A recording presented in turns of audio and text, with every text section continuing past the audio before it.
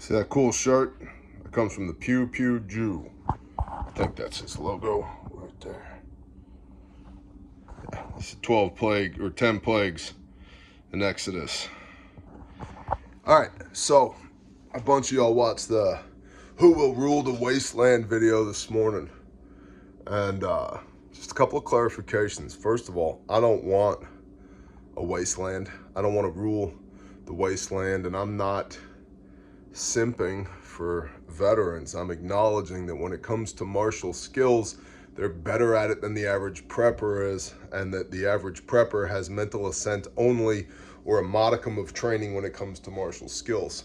I do believe that there's great value in the average prepper training in those martial skills so that they can maintain security, so that they can maintain normalcy for the people that they love in potential times of chaos. I don't want there to be a wasteland. I don't want to participate in a wasteland. I definitely don't want to rule the wasteland. I want to, as the cliche goes, not just survive, but thrive in end times and SHTF chaos. And the way that I intend to do that is by having a group of people that I love doing life together, raising our own food through animal and vegetable agriculture, some of which I got to put on this cast iron pan over here in a moment. Just go ahead and take that off the heat for the time being.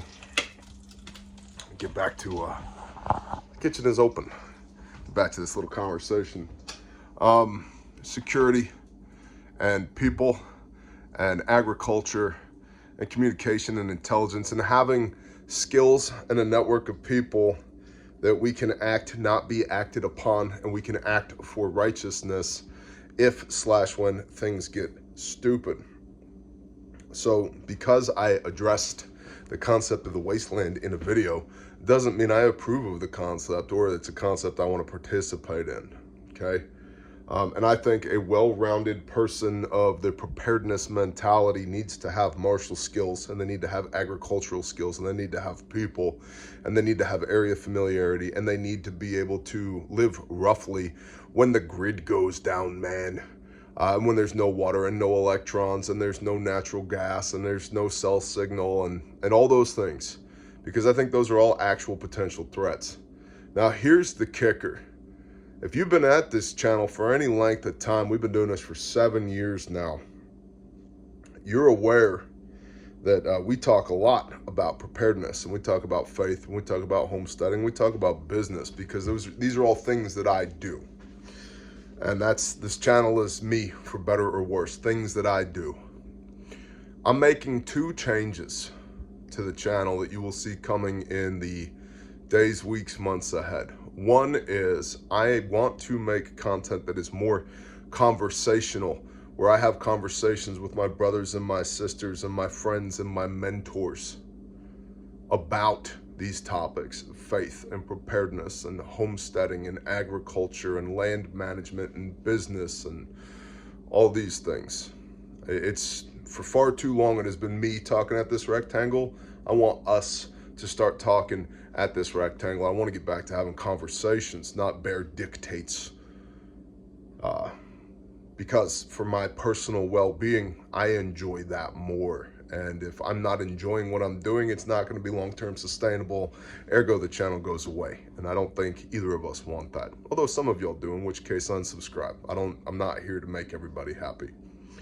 The second thing, and this is maybe the most important part of this conversation, is my working foundational doctrinal thesis for what preparedness is preparedness is perpetuating normalcy for the people that you love.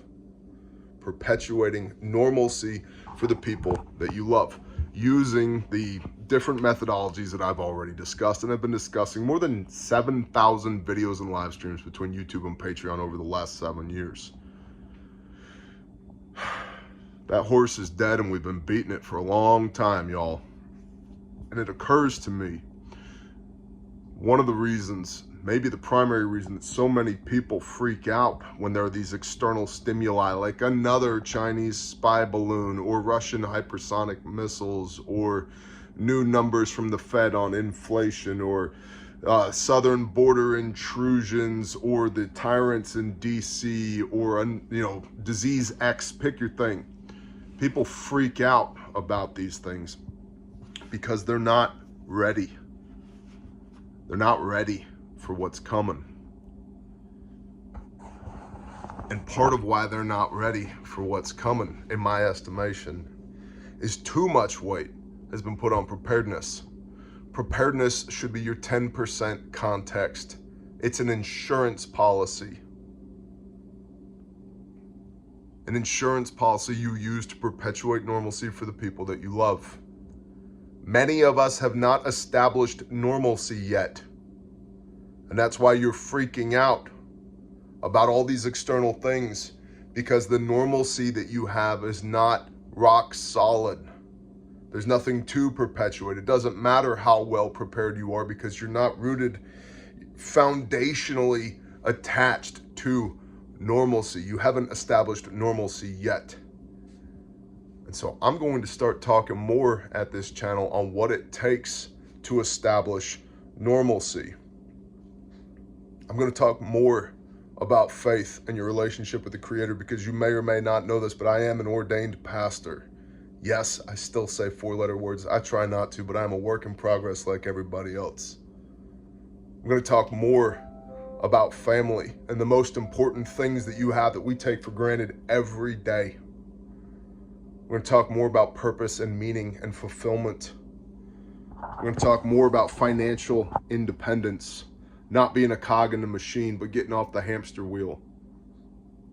We're going to talk more about those things. The prepping stuff isn't going away, but the balance is going to change a little bit. Why? Because I see a major flaw in the preparedness community, and that is there's no normalcy to perpetuate. Everybody is wrapped around the axle. So let's establish normalcy first.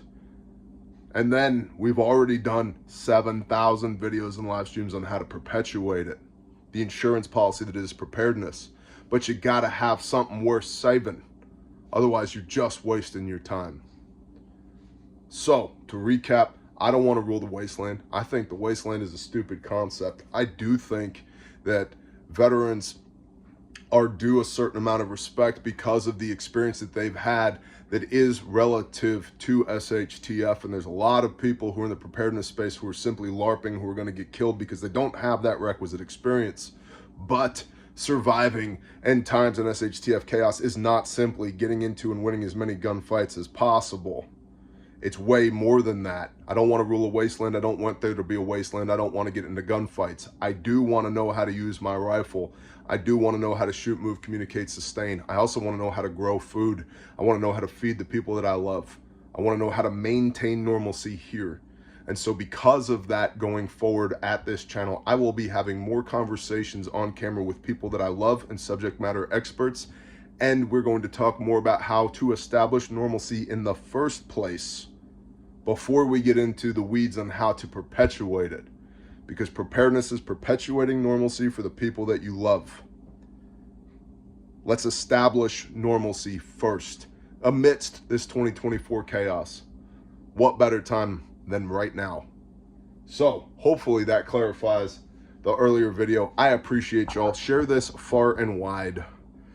The winds of change are blowing.